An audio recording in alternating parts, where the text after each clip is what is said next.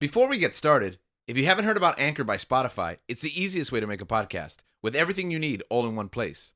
Let us explain. Anchor has the tools that allow you to record and edit your podcast straight from your phone or computer. When hosting on Anchor, you can distribute your podcast on listening platforms like Spotify, Apple Podcasts, and more. It is everything you need to make a podcast in one place. And best of all, Anchor is totally free. Download the Anchor app or go to anchor.fm to get started.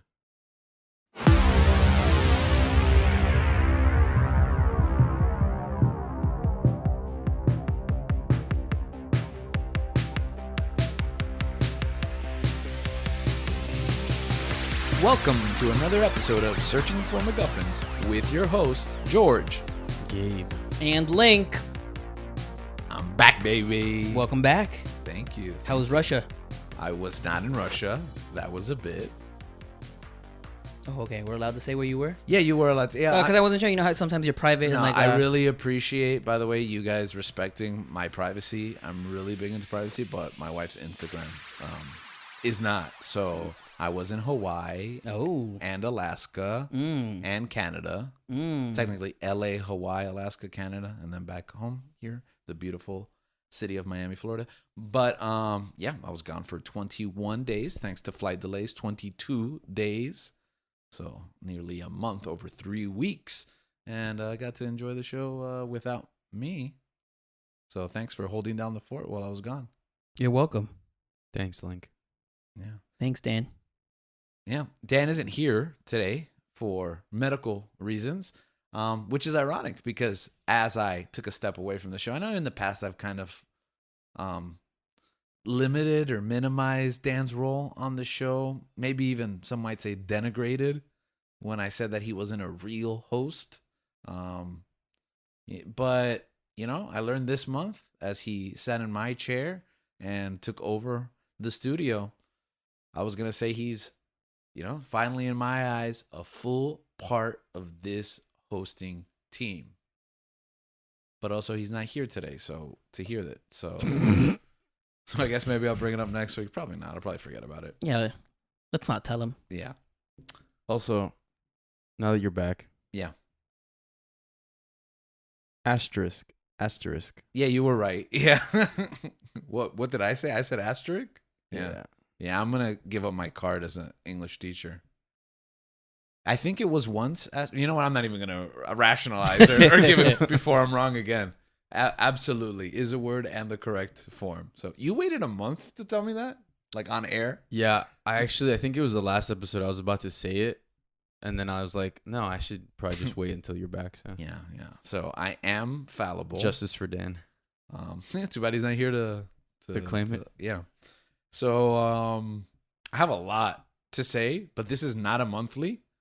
So I guess I'm going to save my thoughts and comments till then because I'm not the only one who has returned. Someone else made a big return recently, and that is our friend Maverick. You just cannot get over this Top Gun movie, huh? It's not happening anytime soon. Okay. You're going to watch it again, aren't you? In theaters. Maybe. It should be at home, right? On Paramount soon? 4th of July, baby. Is that confirmed? Is it be there 4th of July? Oh, no. Oh, you're going to go watch it? That'll be my 4th July? of July activity, okay. probably. Okay. I know that it was a little early, but I thought that they should have like staggered it in a way that they could release it for 4th of July. Are we doing anything for 4th of July? Barbecue? No. I kind of want hot dogs. I don't know why. I'll buy a pack of hot dogs for you guys. I won't I'm have down. hot dogs though, but I'll make corn. I'll make salmon. Ooh, barbecue corn. salmon. Okay, so we can eat Chipotle today. Salted potatoes. We can eat Chipotle today. Why can't we eat Chipotle today? We can now. 'Cause Okay. then he's going to make that food. Okay. Oh, ooh. I'm excited for Chipotle now. So I'm back. Welcome back. We missed you. Thank we you. did miss you. Don't leave again for so long. Yeah, after this past month, I don't think I will. Don't do that. we'll end the season and then we'll just come back. And another season that happened though is we can try to avoid talking about it, but it's gonna happen this week. Our episode is titled "Hello There, General Kenobi," and for those of you in the know, we just finished Obi-Wan Kenobi. Star Wars Obi-Wan Kenobi on Disney+. Now, we're going to do something a little bit different this week. We've actually been reacting to every episode week to week the past 5 weeks, and it's on our Patreon. So thank you for those of you who have either started supporting us on Patreon or switched over your support from our platform here through Anchor to Patreon. We invite you to join the Patreon if you want more information, more content from us. We, like I said, responded in a 5-part series, right, to all 6 episodes of Obi-Wan Kenobi. So if you want blow by blow, moment to moment, okay, scene by scene. Yeah, literally scene by scene. You can go back and take a look at that limited series that we have exclusive to our patrons on Patreon. But now we're going to do a more holistic, more, I don't know, in its completion, just to look back, response, and kind of, not a deep dive, but an analysis of this series, Obi-Wan Kenobi on Disney+. Everybody's seen it. Yeah? A lot of people like it. Yeah? Well, Dan hasn't seen it. That's why he's not here. Yeah. So he was out for the last episode and he still kind of hasn't seen it. So it's got a lot of positive buzz, a lot of positive reviews, made a lot of money. I think it's the most streamed show that Disney Plus has had. Really? Yeah. Oh, you hadn't heard? Yeah. It beat Boba Fett. Boba Fett was actually the most streamed show. Boba Fett was the most streamed show. Oh, Yeah. my goodness. Disney Plus just keeps beating its own records. Yeah.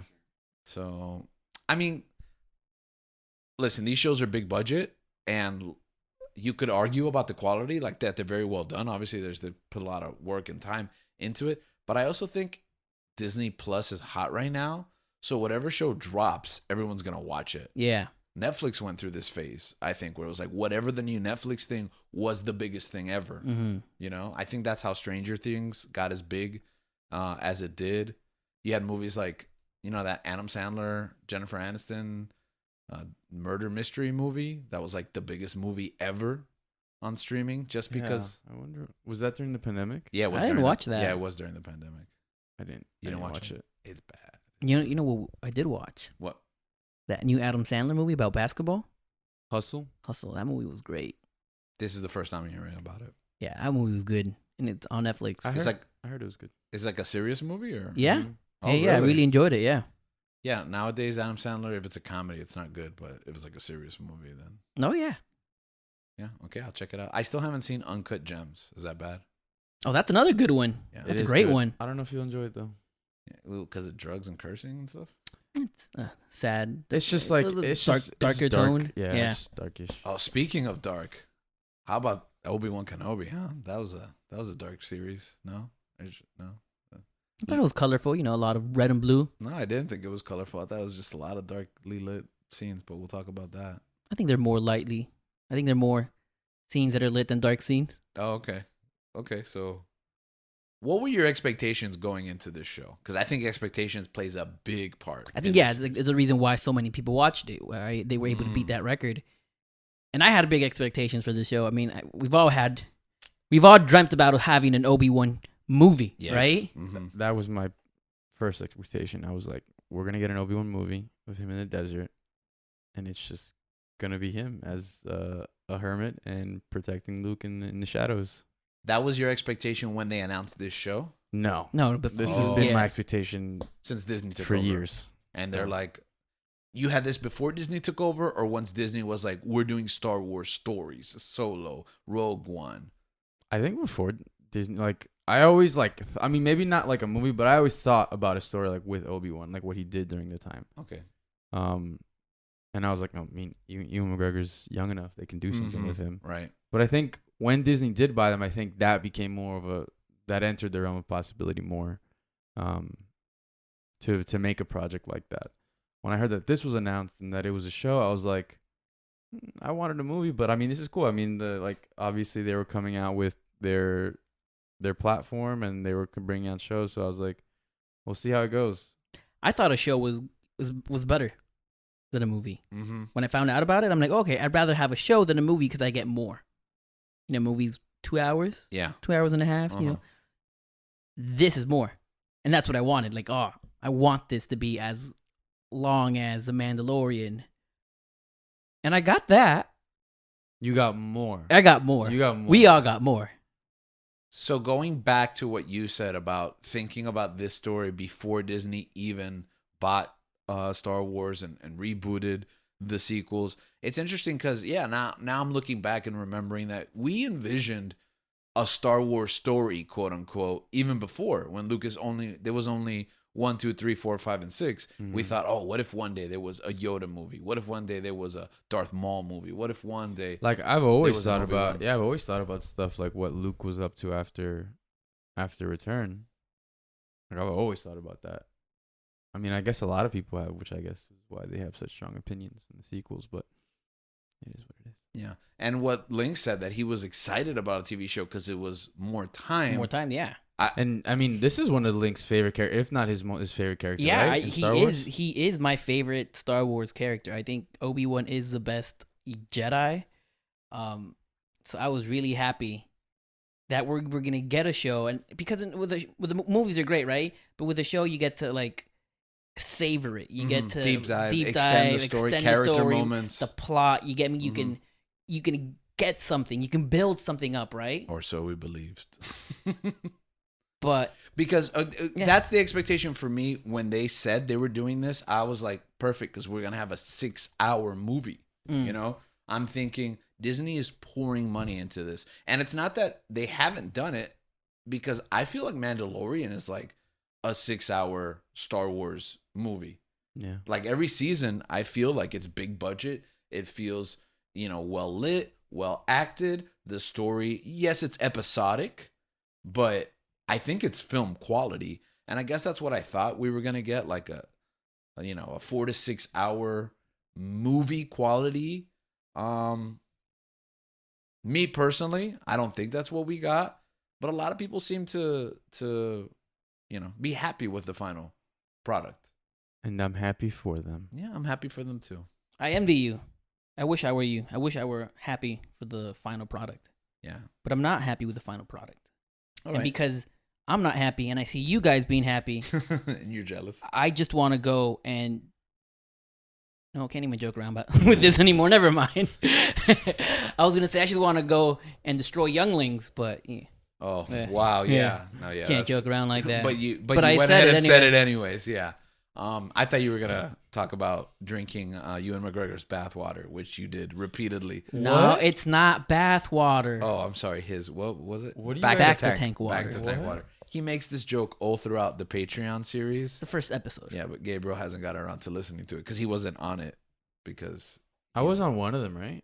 no, you didn't. You were on the last one, the final one. I wasn't on any of the Patreon episodes. No, sir. So if you're a big Gabe fan, he's on It was- episode 6. It was me and George and Danny, like the first 2 episodes, Yeah. 3 episodes, and then George left, and then we got Leanne, I guess. and I think Leanne and Leanne, Dan, and I did 2 episodes, No, I think you did one. and Oh, then nice. Danny and I did 1 episode.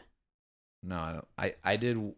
I did episodes 1, 2, and 3, 4. Okay, we're going into this too much, but Yeah, I'm on everything, and then you guys do one with Leanne, and then I come back for the finale with Gabe. yeah, So if you want to hear Leanne, which I think her episode was the best one. of course, because Leanne's so awesome. Yeah, and because she's so positive. so positive. It's Yeah. like, man, I want to be you So when I shout grow out up. to our social media. Shout out to Leanne, our social media queen.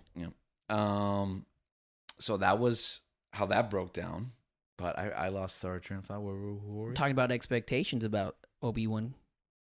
Our expectations for Oh, the shows, yeah. Yeah, so you mentioned that you wanted to drink his back to tank water. That's the kind of content you can get on that series. Exactly. But getting back to this about the expectations, yes, they're happy. You're not that happy. We're varying degrees of dissatisfied with the show, Mm-hmm. which, full disclosure, I don't think the show is bad, like by any stretch of the imagination. Really quick. Yeah. What show is better? The Obi-Wan Kenobi series or Boba Fett? Book of Boba. I'm going to say Book of Boba because of those 2 Mandalorian episodes that are snuck into it. Okay. If I had to judge it on the overall quality of just the Boba Fett stuff, I think this show's This better. show's Yeah. better than that. Yeah. Better, like, produced and made. as a Star Wars fan, I'm a little more disappointed in the story direction that this show I also takes. feel like the story has more weight with the character being Obi-Wan. Yeah, than than like Boba, yeah. if it sinks it's- lower. Yeah, because if they ruin Boba Fett post Jedi, it was like, okay, I guess this is what Boba Fett is now. He wasn't really well defined before, so whatever. But Obi-Wan, Such an important character. yeah, he's primary, you know. Yeah. So. Because at this point, if you're a Star Wars fan that consumes all of the media, you've probably spent, I don't know, 100 hours with Obi-Wan. You got episodes 1, 2, 3, 4, 5, 6, and what, 7, 8 seasons of Clone Wars? How many? Yeah, 7. 7, and then the final season? I think 7 is the 7 is the final season? Okay. So, and then like a couple of appearances here and there. And now you get a whole show. Maybe you read a book, a video Rebels. game, Rebels, exactly. Graphic novel, yeah. Yeah. So all graphic novels too, yeah, because some of those comics are exactly what I thought the show was going to be, Right? but Fortnite. it wasn't. That's right. All the hours that I'm Obi-Wan in Fortnite. That's a good point. Thank you for respecting my Fortnite identity. But before we get into what we didn't like, we like to stay positive on the show. We don't always commit to that promise, but let's talk about the highs. Let's talk about why do people like the show? Why does it work for so many people? And what did they do well? They brought back Ewan McGregor. I think, yeah, that's number 1 on my list. Yes. Ian McGregor is back as Mhm. Obi-Wan. He's great, and he does tremendous. He does throughout. tremendous, yeah. he does great. He works the best with what he has, right? Which is Amazing. bringing back who plays Owen Lars? Joel Edgerton. Yeah. Yes, the fact that you got Joel Edgerton in Revenge of the Sith and you're able to still get him today. Ooh, don't forget Aunt Beru, too, the lady that plays Aunt Beru. I mean, I wasn't really sure if it was the same actress, but it is. I think her only credits are Aunt Beru. There you go. Well, you know what? Commitment to the role. That's Yes. what I call a method I respect actor. that. Amberu has just been sitting, Yeah. waiting for the next Amberu. Yeah, role. like she's not, like, the scene is done. Yeah. The show is over. Mhm. She's still Aunt Beru. Yeah, yeah. Like right now, she's doing Aunt Beru stuff. Hollywood is calling her, and they're like, "Will you be Marilyn Monroe? Will you star in the Hunger Games?" And she's like, "No. There's gonna be a Star Wars project He's where like- they need Amberu." And she's like, "What do you mean? What is Hollywood?" Oh, she's in character. She's in literally yeah. Amberu. She's a method actress. Oh, so she's like, "What planet What is Hollywood? planet is Hollywood? Yeah. Oh, Is it on Tatooine?" I mean, another thing with expectations was when they announced the cast list for this show. That's right. I was freaking out, man. I was like, "What? You getting all these people? This is awesome." Yeah, I was like, "Oh, Han from Fast and the Furious." I was is about to gonna be say, there? yeah. who were you excited that they got? Well, I was excited for that. I was like, I was can't wait to excited for Han, Rupert Friend, see. Yeah, Mhm. that's right. Kumail, Kumail. Some of these people I forget they're on Hayden? the show. Hayden, yeah. Yeah.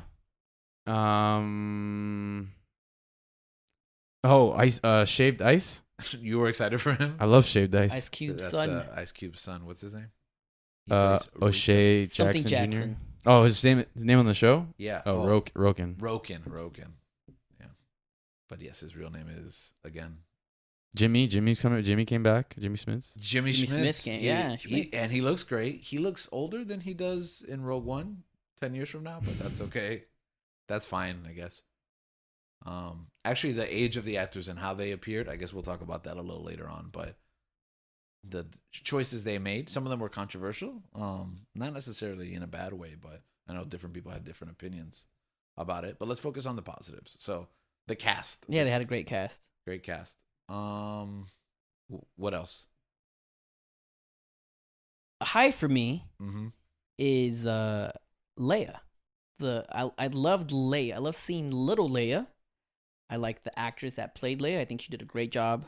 Yeah. I agree. She was pretty much the other What would you say that? Like the co-protagonist? the co-protagonist, yeah.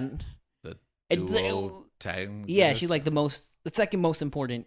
I mean, maybe third most important character in the show, right? She was the MacGuffin, I guess you can say, in the first few episodes. in the first few, yeah. Yeah. So I think she did a great job.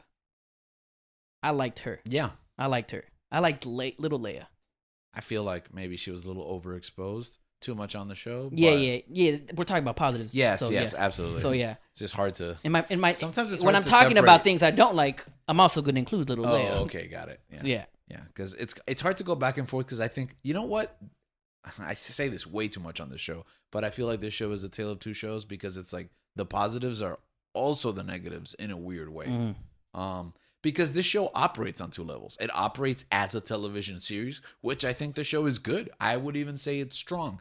But as a Star Wars series, I think that's where it lacks. I think that's where it falls. But yes, Leia, the actress, she does very well. Leia, the actress. Anyone else? To me, a high was I enjoyed all the Order 66 stuff. I thought that was very interesting. Okay, you mean like the opening? The opening, the flashbacks, flashbacks, really cool. The flashbacks with Hayden. I mean, with Obi-Wan and Anakin. Yeah. I thought they could have done. I liked it. I thought it was cool. Oh, we get to see them. You know what? Again. I think that's one of the strongest things of this series. If you go back and listen to the episode where Leani, commented on it, she's a big prequels fan. Prequels fans, I think they were very well serviced. They were rewarded, yeah. Yeah.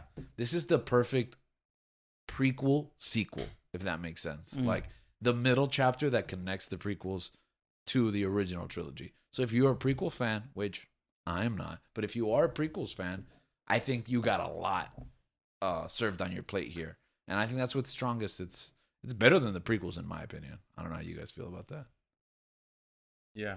I think that. I mean, when I watched them, I was young. When I watched the prequels, I watched them when I was young. So there's always that part of me that has like a soft spot for them. Yeah. In certain instances. So I think that definitely having that bridge did speak to me. Like it hit. Like I said, it reached out to those soft spots that I have for the prequels. And yeah, I think that I do think it is better. I would hope that it's better all this time later. Yeah. But yeah, I do like the flashbacks. I agree with Link. I like the flashbacks and just like the little hints that we have in there, like the clone trooper that we saw, the homeless the clone trooper that we see. Yeah, I thought that was pretty cool too. So little stuff like that. It's played by what's his name? Boba Fett.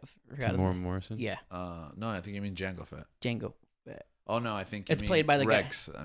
I think, Yeah. Played by the guy that plays all those characters. Yeah. Tamora Morrison. Yeah, that's what you said. Go ahead. No. I agree with you. I mean, you're agreeing with what I said, but I love the fact that we get Hayden back. You get me? Yeah. And I feel like Hayden does not get a lot. He got a lot of heat. Many people crapped all over his performance. Young me among them. I apologize, Hayden. Young me as well and current me as well. But you were redeemed because of Clone Wars, so you should thank Filoni for that. Yeah, the Anakin character to me was redeemed in Clone Wars, so that's why I personally like Hayden as Anakin. Now I do. Before I did not. And while I was gone, you talked about this show being therapy for some people, including ourselves. Our show, yeah, not that show, not Obi-Wan. That was no, but in a sense, it's therapeutic too on Obi-Wan in the sense that I think our relationship with Hayden goes like, look, you were bad, but you were young, and we were young, and like we've grown, and we're willing to like that's all water under the bridge. You be Anakin now that you have like more context that you have because now Anakin is defined and you kind of see, I don't know how much research or how purposeful it was, but you kind of feel more like that Clone Wars Anakin now that he's closer to the Vader, because poor Jake Lloyd in episode 1, The Phantom Menace, had to play like a little Anakin, kid. Yeah. And what is that? What is even little Anakin? That means nothing, And then Hayden was just thrown in Attack of the Clones with this time jump. And like there's not a lot of context there. And then he only gets to finally that last step in Revenge of the Sith where he becomes Vader. He doesn't really get a lot of time to, to play that. So Gabriel mentioned that he feels like at this time in 2022, I hope that this show is better than the prequels. Yeah, I agree with that because I think just from a filmmaking perspective, I think it's as good as Revenge of the Sith. That's what I'll say. I think it's definitely more focused than episode 1 and 2. And I think just from a filmmaking perspective, I think the acting is way better, right? Oh, yeah. Yeah. Because I think one of the problems with the prequels is that the concepts are good, but the filmmaking is weak, which is kind of like the opposite of the sequels. Yeah, the execution is great by the actors. Yeah, the actors are great. Yeah. The filmmaking, the directing is strong, but the story and it's not so good, and the characterizations, right? So that's a good point. So this series is kind of somewhere in the middle, where we have like good performances, but not good story, and it's kind of a mixed bag. I also like that, talking about Hayden coming back. Yeah. I also liked Vader. To me, that was a high point, because the Vader we see in the originals trilogy it's cool, right? It's awesome, but you always you were left with wanting to see more. Yeah. And we get a little bit of that in Rogue One. Yeah. We get seconds of it, right? But it's awesome, right? Here we get a show where you see a lot of Vader, and man, Vader is awesome. Like, I love Vader so much. He is so BA. Okay. His fighting style, like, we're gonna go. He's so powerful. That's what I really enjoy about him. And we got to see that. We got to explore how powerful he is, because he's great. He's powerful. He's Anakin. He's a chosen one. But how powerful is he actually? Yeah. And we got to see that in film. In a way that you couldn't, like, back exactly in the before, trilogy. Okay, we're going to go on a little bit of a side conversation here, because you mentioned Vader in Rogue One. Mm-hmm. Okay? And that scene in Rogue One at the end, spoilers if anyone hasn't seen. Oh my goodness, if you haven't seen Rogue One, what are you doing with your life? A Star Wars story. It might be the best Star Wars movie in the Disney era. Yeah. Vader tears through a hallway of rebel troopers, right? By doing all the Vader things. And I don't know if you guys have ever heard the criticism of this scene.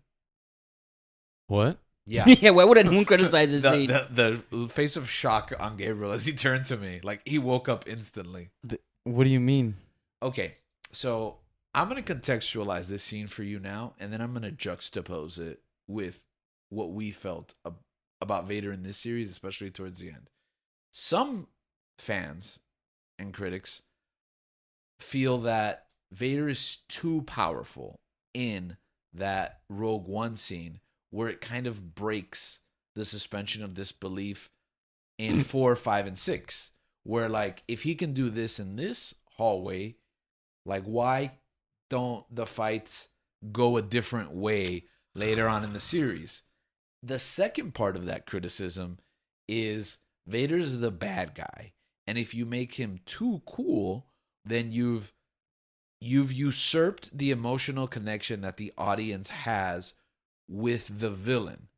For example, we are cheering on and we are floored by this man murdering the good guys, the ones we're supposed to be rooting for. We're propelled towards the action of the bad guy winning, which we should be invested the other way around. Our goal for a scene like that should be getting the Death Star plans in the hands of Leia, rather than seeing Vader kill people in a cool and exciting manner. Oh, maybe Hollywood shouldn't be so black and white then. All right? People can be good or bad, and we get to choose whether we celebrate they're good or bad. Okay, but I don't think... That's my defense to that argument. But I don't think there is a shade of gray there. He's clearly the bad guy. I know, but I get to choose whether I cheer for it or not you. You don't tell me. But do you get to choose whether he's the bad guy? Do you think he's a good guy in the scene, or... He's not a good guy He's in the scene. He's not a good guy in the scene, but I get to cheer that. I get to decide that. You don't tell me. I mean, obviously you want them to tell you, right? Right. But we get to make that decision, okay? Because yes, he is a bad guy. But you know what else I saw when I watched that movie afterwards? Gabriel crying. Mm-hmm. Tears of joy at that scene. But I think what wraps it is the two elements of that, because you said we're supposed to cheer for Leia getting the plans. At that point, when that movie comes out, Carrie Fisher just recently passed away. Yes. So when that I mean, it still happens to this day. Like every time I watch Rogue One and that scene happens, and the amazingness that is like Vader mowing down people, and like he's the bad guy, and I shouldn't be cheering. And I'm not necessarily cheering for him. I'm literally just in awe of what's happening. Exactly. Yeah. I'm just freaking out. This is epic. This is epic. Yeah. the villain like finally it's showcasing. it is just it's a feat like that you're witnessing, and it's not like I'm just like, yeah, kill him. Like that's not how I take it. Yeah. I think the scene, like, it's awesome, and awesome typically gets put into amazing like that in a positive kind. Awesome can honestly just be like awe-inspiring. it's just BA. like my jaw's dropping. Yeah. And then so once like that happens, but then they still get the plans to Leia. Yeah, the enormity of the scene. Yeah, and then like you see like a young like a CG DH Leia, and you have, and then like she provides that line that I'll always remember. It's like where she just like, what is it? And she just says hope. Mm-hmm. And that like that's some of the most impactful Star Wars that I have witnessed, and that's why it always gets me. Yeah. Like I'll always like randomly like get emotional watching that part. Yeah. And so I think that I don't necessarily like, I can kind of see where the criticism, because I don't want to be blind to other people's opinions or to something. And also, like that, it's like nothing is perfect in this world, right? of course, yeah. But I think that a lot of it is subjective, I think. But at the same time, too, it shows you the gravity, like this, how severe that scene is. Like, because before this movie, all we have is shooting. You get me, running away from Vader. We don't know. Okay, this guy's literally, he's walking. Well, if you watch A New Hope, he's just walking in, right? Mm-hmm. There's no lightsaber running. He's just walking in. People are running away, right? Right. Stormtroopers are shooting. Now you see, okay, because of that scene right there, like, oh man, yeah, you better defend yourself. You better start shooting, because this guy, like, we barely got the plans for the Death Star. We barely got it. Mm-hmm. And it's because of that scene right there. Because you introduced Vader being a complete BA. That's how, like. But it also goes into like that character of who Anakin is. Anakin was always the showy type. Anakin's always been the type to like do the most. Right. And so like he's extra. He is extra. And like you're gonna tell me like, obviously he's a different person. He turns into Vader, but he still carries those traits with him, like pulling a guy up to the roof and chopping him in half. Like Obi-Wan would, like, if he has to do it like something in a similar manner, Obi-Wan's deflecting shots back at the people. Mm-hmm. Obi-Wan's defending, like Anakin's just cutting through people. Yeah. And I think it also escalates the stakes. Yeah. Like what you said. It creates weight to it. Mm-hmm. Seeing the casualties of war in the Star Wars. Yeah. And seeing that it's not just like getting shot and falling, but like you're getting, brutally murdered. It's funny what Gabe said about sobbing and being teary-eyed at the end of it, because these films mean so much to us because they're not just films. Like you said, hope is that throw line at the end of Rogue One and throughout Star Wars, and that means so much to us in our lives beyond just a movie. But then the other part of it is you have to keep your feet grounded and realize that it is just a movie. So that was made, well, how many years before A New Hope? Mm-hmm. You get me? Like, are we gonna, so should the fighting scenes in all Star Wars be as you're just gonna boring? limit it? Yeah, limit it to whatever they did in A New Hope and Empire Strikes Back. Right. And that should also be our view on canon, I think. When we look at a show like this, we think about, like, how does this fit into the original trilogy? And the original trilogy is sacred with everything that it says and does and happens, but we also have to be willing to color outside the lines and to push forward, because technology and storytelling and pacing has all changed. So it's got to feel like Star Wars, but it's also got to feel like now. I mean, you got to progress. You got to move forward. Like, we're not going to stay back in the 70s for all time, especially when we have the capabilities to make something better, to make something more visually, like, astounding. Like, obviously, like, as an art form, you want to progress. You want to, and I feel like that's what Lucas was trying to do with the prequels. Yeah. Unfortunately, it didn't execute as well. But depending on who you ask. Yeah. But in my opinion. But I think that I genuinely think that, like, that's the where we should be striving, what we should be like moving forward to. Yeah. Like, one of my biggest, this joke is so overplayed. Everyone's saying, "Oh, in a few years, Obi-Wan's gonna look like Ian. What's the guy? Alec Guinness. Sir Alec Guinness. You get me? Like, everyone jokes around. Oh, like how many years now from it's 6 years, right? Now it's like 9 by the end of this series. Okay, so 9 years left, and he's gonna look like that. Yeah. Like everyone jokes around. Oh, he's supposed to look like that. He's supposed to look like that. Dude, this movie was made like so long ago. Like there's context. What are you like, gonna do? I'd rather have the original actor. Yeah, I saw Solo. Like, obviously that guy doesn't really look like Harrison Ford, but he's Solo. So, yeah. And that was like that's 10 years before too, right? So, yeah. Now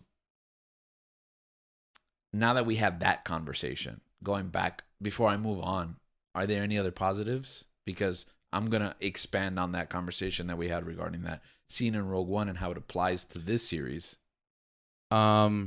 I like the lightsaber fights. Yeah, the duels I thought were awesome. I thought how the lightsabers looked were really cool. Yeah. Mm-hmm. I know. I mean, we'll probably get into that, but I liked the conversation with Obi-Wan and Vader in that final fight. I mean, I do have obviously like in between these things, like these are things that I like, right? But in those things are things that like I'm not a big fan of. But I think overall, it's like I am happy I got to see a lot of that stuff, which is very reminiscent to I think what you guys talked about in the Obi-Wan miniseries on Patreon about the lightsaber fights. Like in the prequels, they're better choreographed, but also then have their downsides, like where they make less sense. You know? Yeah. So there's give and take and compromise. That's what I think we're talking about. Because going back to that Rogue One scene, you give up emotional like. You're right. I am, quote unquote, cheering for the bad guy, but also it's just a movie. So it's okay for me to think this is cool because in the end, the rebels win. They get the plans. They move forward and we cheer Leia. That's what we walk out with. And you know what happens to Vader at the end. You get me? You know that in the end there is redemption. That's why I don't think it's just so black and white. Right. Because Vader's a complex character. Anakin's a complex character, That's right? true. And you're rooting. We know what's going to happen. So we fell in love with Anakin in the prequels and in Clone Wars. We want him to succeed, so we want redemption for him. And if he's going to be a BA while being a villain, I'm like, okay, I'll be in awe of that. If you do it well, I'll be in awe of that, like how Gabe was saying. But I also think, like, specifically, a character like Vader is like the blueprint for a lot of other villains being just BAs and us like cheering for them, I guess. Like, them doing crazy stuff and us being like, this is actually really cool to see. Mm-hmm. I think Vader's one of those villains that, like, he's probably the most popular. I think he's the villain most popular of all time. I think Vader is the end all be all. What villains? And don't forget the thought that you were getting to. But what are the villains you think are on that same level? Joker. Okay. Any specific interpretation of Joker or just Joker? Heath Ledger. Heath Ledger. Heath Ledger. Not every interpretation. Yeah, for me it goes Nicholson, Ledger, and Hamill. Right? I think all three of them. So what's funny because when you say just Joker. I'm thinking you're right. The character as a whole. The character as a whole. The character as a whole, because even even in this last one with Joaquin, the Snyder cut. No. Oh, even with Joaquin, like he's great. That's true. Like people are cheering for him in that movie. A character, even though he's so clearly a villain and evil, that can propel the narrative. Very few villains can do that. I mean, people were cheering for Scarlet Witch.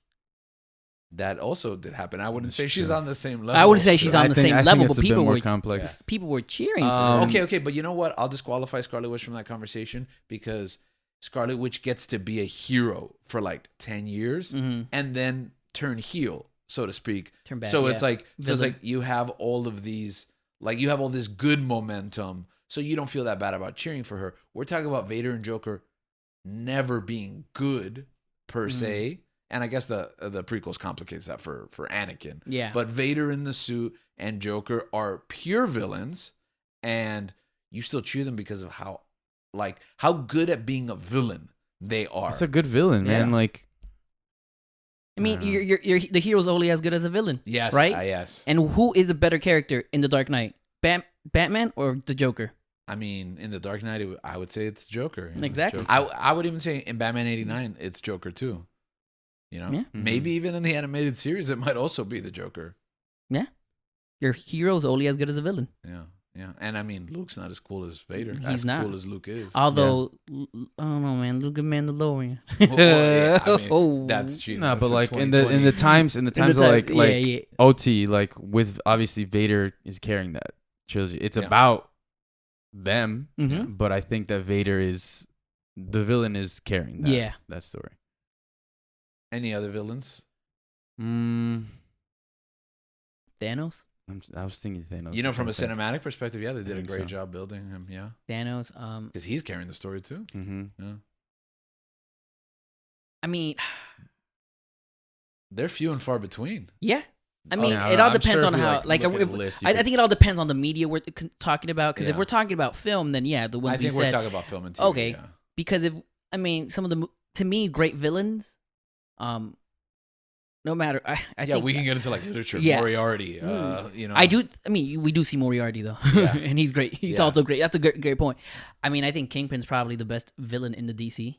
I mean, I'm sorry, in Marvel, Yeah, in the MCU, both graphic novel wise and comic books, and now in Daredevil, and and TV in TV. Yeah. And movies. And too, movies, yeah. Right? Michael Clark Duncan, rest in peace. The blonde lawyer from Hell's Kitchen. It's been a while. It's been a while since I line's said come that. back, Yeah. But- Even then, like if you look at Luke Cage, right? Mhm. Gabriel and I both agree that once Cottonmouth is killed, bro, that show suffers. that show The drops. You know, and I think I was cautious to agree with you because I still liked season 1 as a whole. I think more than you guys. But once it like fell off the rails later on, I've come to that. Like Yeah. you're right. It was a bad choice. What's his name? Purple Man. That guy's awesome. Crippled Man? Purple Man. Oh. Jessica Jones. Yes. Yes, Jessica that's a Jones. great villain. Yeah, and without him, that show Yo, suffers too. yeah, exactly. Yeah.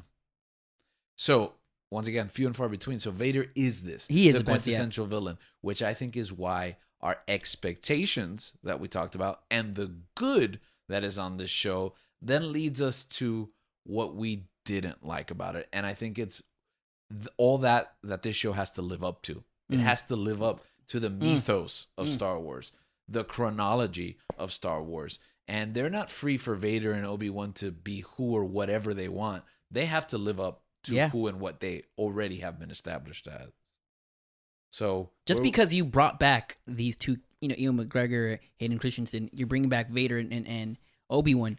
It doesn't mean it's going to be an easy show. It doesn't mean that you're going to be easily. The fans are going to easily. It's not a shoo-in. Yeah, to be good. It's all you're setting the expectations high, like you're saying, right?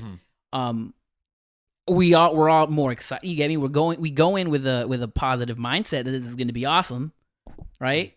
So it's in my mind, it's harder for you to fail. Yeah, because everyone wants you to. Everyone's cheering for you. I'm gonna be honest. I thought it was a shoo-in. Yeah, I thought it was. I thought a layup. I thought, man, this is probably going to be the best show Ever. Not ever. I would say the best Disney Plus show. Well, I thought like it's gonna be as good as Daredevil, or I don't know what else do you consider the best show, like genre show. Let's say. Yeah. I'm not saying The Wire, The Sopranos, or Mandalorian. Yeah, I was expected expecting Mandalorian. great, yeah. Yeah, I agree. Yeah, I thought it was a simple story to tell. And you were only doing 6 episodes. I thought it would be concise, focused, and grounded. And I felt like it wasn't any of those things. Yeah. So what fundamentally makes this show a disappointment for you guys? Where does it start? It's I think, a TV show. Yeah. I think nostalgia It should have been a movie. is they expect. I think nostalgia is one. They depend too much on nostalgia, right? The fact that you have Leia, which is like I said, I loved Leia, love the actress, I love the character, little Leia, but you don't know when she was there for too long. She did not to be there. I don't think she needed to be in it. She did not. I don't she understand why didn't. this is half of her show. Yeah, I don't know exactly, right? Yeah. I agree with, but she did she need to be in it? No, Not at all. It's cool that they brought her and we got to learn a little bit more about her. I like the actress. I like, it's cool that little Leia has always been the same. Yeah. You get me? Did we need her? No. Does she overstay her welcome? Yes. Yeah. And I feel like nostalgia is a reason why. Like, oh, no matter, we're gonna justify it's Leia. She can be here as long as she wants. But no, like, she's there too long. She's there too long. And I also think it breaks, again, the understanding that the fans have of Leia's relationship with Obi-Wan. Yeah. I think by the end of the series, they tie it up in a way where they explain why Leia and Obi-Wan Leia won't express her relationship and history with Obi-Wan in a certain way, but it's not enough to qualm the unrest in my mind. Where, like, if this was such an important chapter to these two characters, why aren't they closer tied together in A New Hope? Again, I'm not saying the show breaks canon, although some people are arguing that. I think you can rationalize it and make it fit, but I don't think it's something you had to rationalize and make fit. But even then, like, I'm thinking about it back now, it's like when Obi-Wan dies in A New Hope, Leia's consoling Luke. Yeah. Shouldn't it be? Yeah. I feel like if this actually happened, Leia should be, like, distraught. Okay. Like, this guy that saves her when she was a little kid, that goes after her, like, rescues her, and I don't know. I just feel like it gets complicated when you put these characters, put these things in, and that's why I personally feel like it should have been a film, like you said. It should have been a more concise story. It should have been more grounded.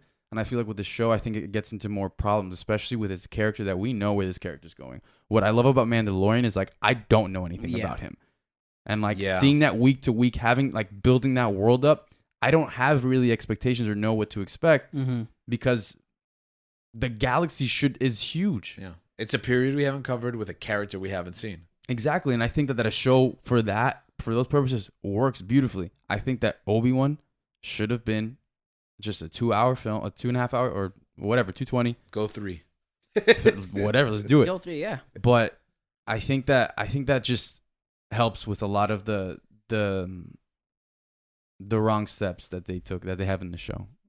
You mentioned the death of Obi-Wan. Can I play Sith's advocate for a minute? Yeah, go. Okay. So, number 1, she consoles Obi-Wan because she understands the grief. I'm sorry. She consoles Luke because she understands the grief, how important this person is. And on the flip side of that coin, think about someone that was really important to you a moment in time a decade ago, and how you would feel if they died, having not seen them. But I think for like a whole generation. No, it is true though. But, like, I think that it would be like she's sad. I think nothing. If you're like 10th grade teacher, or like she was 10, so like your 5th grade teacher. You're like 5th grade teacher that what I'm really going back to died. What I'm going back to, I guess, is like she's already in the trenches. Like, she just had her whole planet blown up. So, like, yeah, she's got bigger things to. Yeah, like she's not really right. Which I get. Also, Luke, and also she's strong. She's stoic. Leia is stronger than Luke. Yeah, she's very stoic too, because like you said, her parents were just murdered alongside her entire planet. Yeah, and she also doesn't really stop to grieve that much either. You know. Yeah. She's constantly losing, and she doesn't really stop to show it. So Obi-Wan wouldn't, I think, be any bigger of a loss than what she's already lost in this film and throughout the trilogy. But also, so that's just me defending. No. I appreciate it, but it's still too many. In my opinion, too many emotions that that answer might be enough for me, but not for you, and maybe for him. So maybe we just shouldn't have that discussion. You know what I mean? Maybe you should just stay away from it. Yeah, stay away from it. Yeah, don't complicate these things. What else? I mean, I thought the writing of the show was one of its weakest points. Yeah, especially when it came to writing Reva. I thought Reva was her character was weak. I thought her character was weak. Not even like the actress. I don't think the actress had enough to work with. I don't have a problem with the actress herself. Yeah, I'm not gonna get angry at the actress. Like some people. But I agree with what Gabriel said. It's like she didn't have much to work with. Yeah. I'm not gonna sit here and say, oh, she did amazing, because I don't think she had material enough to be amazing with. Yeah. I think she did fine with what she had, but I don't think she had much to work with. But I thought she was written poorly. And one of my problems with Star Wars is that I don't think they know how to write minorities well. Like, every time they're adding more diversity, incorporating minorities, and they should let it go to waste. And that's another, like, we see that here. I'm like, oh, come on, man. That's an interesting.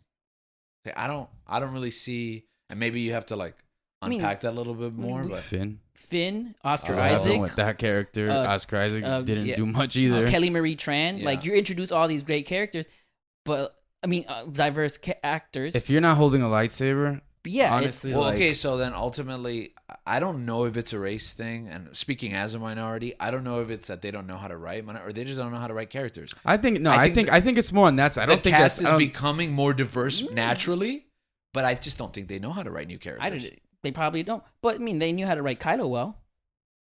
No, I don't even think so, bro. I think Adam Driver is Adam Driver carries Okay, then you're there. You go. You got Adam that Driver because Adam carries. Driver to me is my favorite part. He's of the best and part of he's the carrying Force. a lightsaber because it's true. What And Gabriel he's said. like, listen, the Jedi and the Sith will always that's it because you cast them as Jedi and Sith. That's it. They have a head start on all the other characters. And I mean, I'm sure there's other examples, but the one that comes to mind is Mando for me right now. Mando's I think he's a great character. The exception to this rule is Filoni. You give him something, he's gonna knock it out of the park. I think that's. But everyone else that touches minorities, and I include Daisy in this as well. Yeah, as a woman, she's a minority. I mean, women are half of the population. Yeah, you're Earth, right. So. But I don't. I think women are underrepresented. There we go, you know underrepresented. But I think it's just that every character is poorly written, and I'll even argue, man, that Kylo Ren is poorly written in the sense that the flip flop from tweener to heel to straight baby face, Explain these top. Yeah, I know. I'm using wrestling verbiage, but I'm doing it purposefully because I know we keep coming back to it. Yeah. Starts as a character that you like, the bad guy you like. Bad guy. And then he goes completely evil in Last Jedi, where there's no redemption. And then he goes completely good to a hero in the third film. That flip-flopping of allegiances is not good character writing. But Adam Driver is so good, and I think all the cast is good. The cast is great. But Adam Driver is, I think, head and shoulders above, just an amazing actor that he's able to work in all these personas where you're like, it doesn't make sense, but I love him. It doesn't make sense, but I hate him. It doesn't make sense, but I want to see more about this character. Not in that order, in reverse order. But he's just so good that he can make chicken scratch into chicken salad. And in a way that, unfortunately, I think Daisy, Poe, Oscar Isaac, and Finn, John Boyega were not able to do. Also, I mean, Kylo gets a lot more screen time than those. And Daisy Ridley, sure, she has a ton of screen time, but I think her character's probably as badly underwritten, but she's the protagonist. Yeah. So it really hurts that, her motivation's a problem, because when you said about Reva, motivation, and that's what we talk about here on the show, that motivating factor. I don't know why people do the things they do on these. It doesn't make sense. Yeah. She turns out to be the youngling. And that's treated like a big reveal, by the way. And we knew that was going to happen. Yeah. And she joins She joins the Inquisitors and becomes a psychopath. Mm-hmm. To get revenge on somebody that, I don't. A couple of lines in that reveal that revealed and didn't reveal to me. Number one, he goes, "Oh, you're not fighting for him, you're hunting him." Something along those lines, right? Obi-Wan reveals that. So you're telling me all these evil things that Reva's been doing is part of a quote unquote good plan? You know what I mean? No, bro, it's the dark side. The dark side took a hold of her. Man. Yeah. But then the other part is the big question mark by episode 1. And this is a problem because they planned that big reveal that Reva was a youngling in the temple. Going week to week, we had a month before this reveal. A month or 5 weeks? Was this episode 4 or 5?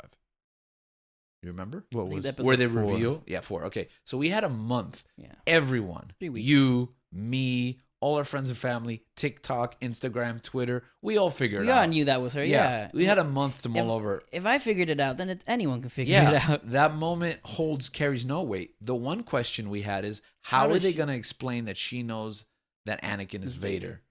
I feel like they didn't. They did, but I didn't think it was good enough. Go. What did they say?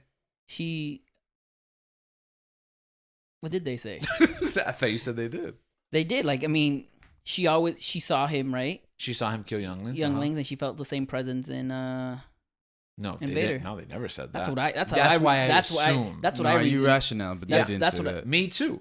Me too. That's what I assumed. Because I was waiting for it, because I was angry when she tells Obi-Wan that. Which is dumb. I don't know why they did that too. Like It didn't really serve. It didn't serve any purpose whatsoever. Also, I didn't like the delivery of that. I didn't like her delivery. Her sing-songy Obi-Wan. I we're talking about the bad parts about the show. Uh-huh. Her knowing that Anakin is Vader, Yes. terrible. Why would you do that? And it was a terrible way to start because that was day one. That was Episode the end of episode 2 yeah. that dropped on day one. Yeah. Which, if you remember, for those of you that listen to the show weekly, we literally got up in the middle of recording to run to go watch this when they stealth dropped it. We were so excited, and that was the last note that night, 2:00 in the morning, ended on. Everyone's kind of like, Yeah. It was a misstep. Flea was in it though. Yeah, it was a misstep that I think created a rocky path. Yeah. Yeah, And you don't want to start with a rocky path. absolutely. Yeah. Also, like, it's such a misstep. Like I said, everyone has high expectations for the show, right? Everyone wants a show to succeed. Right. You get me? By doing that, you're setting yourself down for failure. Yeah. Setting yourself up for failure. Like, you're ruining one of the most important things in Star Wars, that no one knows that Anakin is Vader, other than Palpatine. Yeah. Like, he literally, in like extended media, like literally pushes guys into space, like just to get rid of them, like kills them if they find out. And even then, yeah, the person that does figure it out is a character that no one really cares about. Right. Makes it even worse. Yeah, because no one cares about it, not because the character's bad, but because we've only known her for like 2 episodes. Yeah, exactly. And only a portion of those episodes. Bro, I read it wasn't until 2 books in for Thrawn that he guesstimates that it's him, or he knows it's him. That's another great villain right there. Yes. Oh man. Oh yeah. Okay, that is that might be up there with Vader. No, I mean in the sense of because I don't even know if obviously he does villainous things, and he is a villain in Rebels and stuff like that. Right. But when I read his books, I'm rooting for this guy I'm rooting for the Empire. Right. Because he's so classy and it's because he talks like this. He's such a classy man. That's why it's hard for you to root against a classy person. Didn't like that Leia was such a huge part of the story. What else didn't I like? Are we gonna? Let me know when we get to the fight. When we get to that fight, we can talk about that. We can talk about that now, yeah, bro. The Avatar stuff, man. the rock. I mean, the earth bending. Not the blue people. The earth bending. The earth bending. Man, it got to do something about that. This broke the show for me. The earth bending. Yeah. The Force using the rocks. Dude, I was so honestly. Just to recap real quick. Final fight, final episode. Obi-Wan is trapped under rocks. He uses the Force to burst out of it. They continue their duel. It's no longer a duel. It's giant boulders being hurled at each other using Force powers. Go. Yeah, that fight starts. I'm like, oh, this is sick. This is awesome. This is the big fight. Yeah. And everything up to that was great. Yeah. The fight was great. Except for the sparks on the lightsabers. But and then, that also doesn't make any sense. But then he lifts the rocks. And I'm just like, really? Why? Didn't you make a joke about this in one of the sequel movies? Yes. It's just the Force is lifting rocks. And listen, I'm not saying you can't lift a bunch of rocks. Number one, Luke learns to lift a rock and frogs on Dagobah. Yeah, ready. Rey learns to lift a rock on Acto, right? At the end of Last Jedi, she has to focus, right? And lift all the rocks to open the passageway for the rebels to leave, in much the same way that Luke has to focus to lift the X-Wing, right? And that's not until Rise of Skywalker, right? That Yoda does it in Empire Strikes Back, right? So yes, but you have to stop, you have to focus, and it is very extraneous. This man lifts 100 boulders almost effortlessly. He's Star Killer. Yes, you have Star Killer abilities now. Yeah. You know what? Going to that too. Is it an Attack of the Clones or when we get Yoda versus Count Dooku? Yeah. Right. They're having an awesome fight. Yoda's doing all these flips, which caught me by surprise when I watched that. Yeah. Right. But then he gets that huge boulder, that huge rock. And Yoda throws it to Yoda, and Yoda has to stop everything that he's doing. Yes. Like you're saying, stops everything that he's doing just to stop that rock. Right. Place it somewhere else. The criticism that you said for Vader, yeah, and breaking that character, him being super OP, I would say that for me, I think that would apply for With Obi-Wan Obi-Wan? in that in the Rocks. I would say even with Vader in this fight. I mean, Nah, because I don't, because you see Vader do something even Bro, crazier. Vader yoinked the ship out of the Yeah, exactly. You see Vader do that. because that's what I'm talking about. I'm talking about on this show. In that episode, I think that scene is cool when he steps in and yoinks I love the that. I ship love that scene. and it's awesome in the way that like Starkiller is awesome in the video game Force Unleashed. Yeah. In the way that it's awesome when Vader does that to the ATST in Rebels. Yeah. Right. But The way he does it in the graphic novels as well. yeah, exactly. But there's always like a level of suspension. And again, your mileage may vary. You might not care, but this is how I feel. There's always a suspension of disbelief, a level of disconnect when it's a cartoon, a video game, or a comic book, because you're like, at the end of the day, it's not sitting side by side by a movie. Okay? It's extra, right? But when I see him do it here, it's still super cool. But now I'm wondering why he doesn't do things like this More all often, the time. yeah. Yeah. Like, why aren't Obi-Wan and Vader, and mind you, yes, they're older, yes, they're more limited, but why 10 years from now aren't these two men just tearing up the Death Star, in A New Hope? Like, why do we need to sneak into the Death Star when apparently Obi-Wan could just toss all these stormtroopers aside if he really wants to? Why is Vader like a political puppet, throughout A New Hope and Empire when, He can do whatever he wants. yeah, he can do whatever he wants. Yeah. Yeah. So, like basically what Kylo ends up trying to, like, what he does. yeah. Also, they do that in Rise of Skywalker. Meaning, They pull it, like, both of them pull the ship, like, they hold the ship out of the sky. yeah. And then I Rey don't even remember. and then I Rey don't just know. blows it up with Force lightning. Yeah, I don't know if you know this. Not a big fan of Rise of Skywalker. Oh my god. No, Yeah, I think I've only seen the movie. Seen it in I've theaters. seen No, we it, saw it in I've theater how seen many it too times? many times, and I think I saw it two. Why would you do that to three- yourself? Well, we saw it on opening night. Yeah, we Then saw it we saw it opening again night. that listen. weekend. I saw it the first night, and Why I would was. you see it outside of movie theaters? I saw it. What? Because it dropped on Disney Plus during the pandemic. For I don't think I free. watched it at home. Oh, because you said you've seen it a bunch of times, so that's why. Yeah, I was saw it a like, bunch of times in theaters. Theaters. No, Oh, okay, I okay, saw my it bad. once at home because we didn't need to buy it. Because I decided in that short window where we stopped watching it in theaters and then the pandemic hit, I was like, when this comes out, I'm not gonna buy it. This will be the first Star Wars movie that I never buy, and then it dropped for free on Disney Plus super early. I've never watched it at home. I like if it's on TV, I'll change the channel. Yeah. During the pandemic, I did a Star Wars. I did 1 through 9, so I did watch it one more time. But yeah, Okay. What else? Qui-Gon Jinn, man. Are you kidding me, man? that's a big one. Are you kidding me, bro? Why does he sound more Scottish? No, that's how he sounds in Phantom Menace. Does he? Nah, I don't- maybe because I haven't seen Seen him it in a while, but he sounded really Scottish. but I was And like, that's is this why- still Qui-Gon? And that's why I want to. But that's the what- Force, the Force heaven is Scotland. Okay, now explain what you're going to explain right now. Why you He's Scottish or Irish?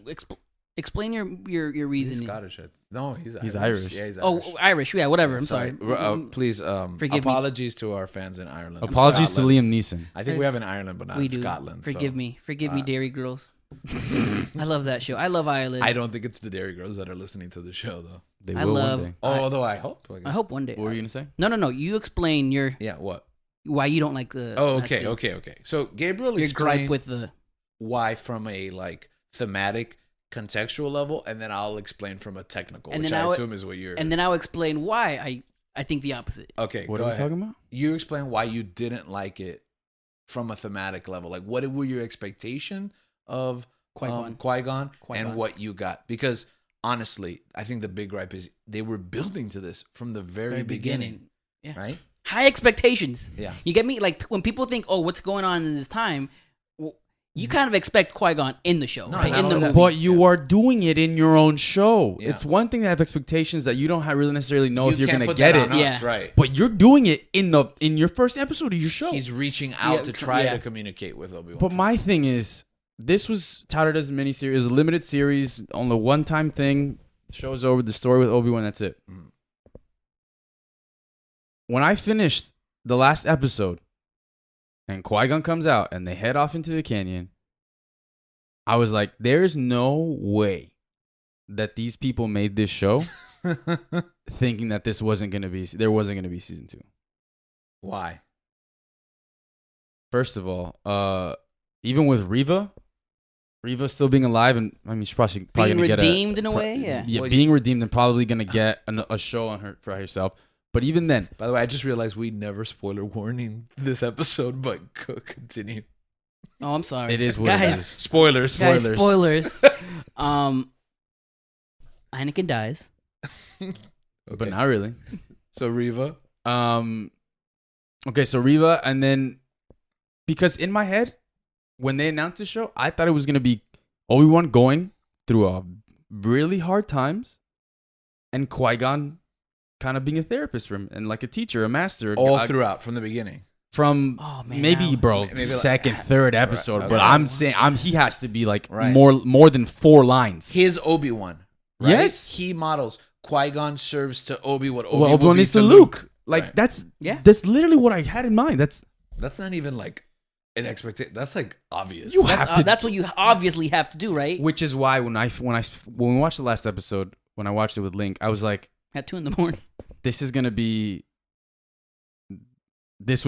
has to be what season 2 is gonna be. Oh no, I hadn't. Wow, I hadn't even. This has to be that. because if they do not, If they don't have a season, they're gonna have season 2. because They're gonna have a season 2. and you know what, we're gonna be suckers and we're gonna watch it. I mean, we are gonna watch. We it. are already gonna watch have it. Disney You get me? Plus. You But get- I'm not gonna do a mini series every week. I'm not gonna wake up at 3:00 in the morning. No shot. And record. I don't know, man. Nah, If they that- have if have that- to earn my Yeah. trust Yeah. back. Okay. So when I saw him like, oh, please answer me, Obi-Wan. It's And been 10 freaking years, and you're that's all telling you me- do. when I saw him, I was like, okay, so what they're going to do is they're going to tell the story about how he can't communicate with Qui-Gon. And then Qui-Gon's going to appear for that moment where he gives him, the will, to push forward to the end and complete the task, right? Mhm. Obtain the ultimate boon. Even in the fight, you instead of having the flashback of Obi-Wan remembering like the kids like Leia, which he just met. No, remember Qui-Gon. I thought it was going to be like, Qui-Gon could have shown up. Qui-Gon Yeah. could have said something. even just a voice. Like, flashbacks. Luke, flashbacks. use the Force, Flashbacks of Qui-Gon remembering his Yeah. master. Like Mhm. it's right. Okay, continue. Sorry. And then from a technical standpoint, this was my gripe. I haven't done any research on it. And remember, I just got off a long trip and I slept 3 days, when I returned, and I didn't have internet for a long time. And I did a cursory search and I couldn't find any information. But when I saw it, I suspected that they didn't even get Liam Neeson, that he just had like archival footage. And I can't verify this. I don't know this. Maybe this will come out or it has already. But it just seemed like random dialogue. I think the first thing he tells him is, what took you so long? And then he says, I was here all along. You just couldn't see. And then he goes, we've got a long ways to go. And I was just like, is this a Liam Neeson automated like voice recording? Like, is this for prank calling? It could be. I remember Liam Neeson. I mean, He said he wasn't going to be in it, right? he said he didn't want to do TV like at Yeah. all. So then when he showed up in the show, everyone was like, "Oh, you're like Andrew Garfield and like lying about if you're in it or not." But I mean, it would make sense that he didn't actually film for because TV. he did voice work for Clone Wars, but Yeah. it's just voice work. And the reason why I think it actually could be him is because he sounds more Irish right now. Yeah, he's like, I don't care. Yeah, Like, that's what I I'm am like, who what? I am. Yeah. Yeah, so I don't know. He does sound a bit different. So that's why I'm like, oh, okay, it's new. Yeah, and if it is new, that's what you got him to say. That's what I'm That's saying. what you're Why is it saying. so stilted? Why is it so disconnected? Because even if there, okay, I know there's gonna be season 2, but even if there is not a season 2, Mm-hmm. that's what you got Qui-Gon to come back for. In this limited show, that is the part that Qui-Gon comes back. He says 4 things or 3 things. Yeah, man. But you know what? Those 4 things, those 4 lines, 2 lines, I don't know, whatever, I think it's 3. 3 will sell you on a season 2. No, not me. No. But I'm It saying, upsets me. Yeah, There- it's gonna set you. but I'm saying, if for whatever reason there is no season 2, then that's pointless. and you follow That's freaking pointless. and Oh you my goodness. follow what they said that they were gonna do, and keeping this limited to a 1 season thing. Are you kidding me? Bro. Which goes back to it. They lied to me. They knew they were going Yeah. for a second season. Mhm. That's it. Okay, and I also don't love this ambivalence. We were here for the end of Moon Knight, which I'm not sure if I love as a limited series or if I want another season of, because they don't know supposedly whether they're doing it. They don't know supposedly if there's a season 2. Gabriel suspects they do know that they want one very badly. I don't think they can help themselves. I don't think if it's not this year, it's next year, it's in 5 years. She just said, Kathleen Kennedy said they're open for season 2. They're open to do season 2. I know so it's they like said it, but it's gonna happen. I just don't know how to feel. All right, so it had its highs, it had its lows. And one thing that came up in conversation for me was the idea that Star Wars is for everyone. And I kind of like that concept, but then that means that eventually Star Wars won't be for me. Everyone doesn't want the same things out of everything. And in order to service everyone, at some point, we are not serviced. This series did a lot of good in the views of many, but it also did some harm in the views of others. More and more, we're living in an increasingly divided world with diverse perspectives that sometimes come to clash and conflict. What is good for one is bad for another. But we move forward and we try our best to coexist, cohabitate, cooperate, and collaborate in a world that serves, quote unquote, the greater good. Sometimes we meet that standard and sometimes we fall short of it. But we pick ourselves up and we try again. And we move forward on the path of the Jedi. And as we walk that path week to week, I invite you to move forward and seek the Force behind it all. Until next time, keep searching. If you want to hear the rest of this conversation, including what we would do to fix Disney Plus's Obi-Wan Kenobi series, sign up to our Patreon and listen to the extended play of this episode. Good job.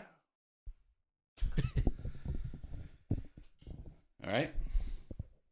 Danny, you there?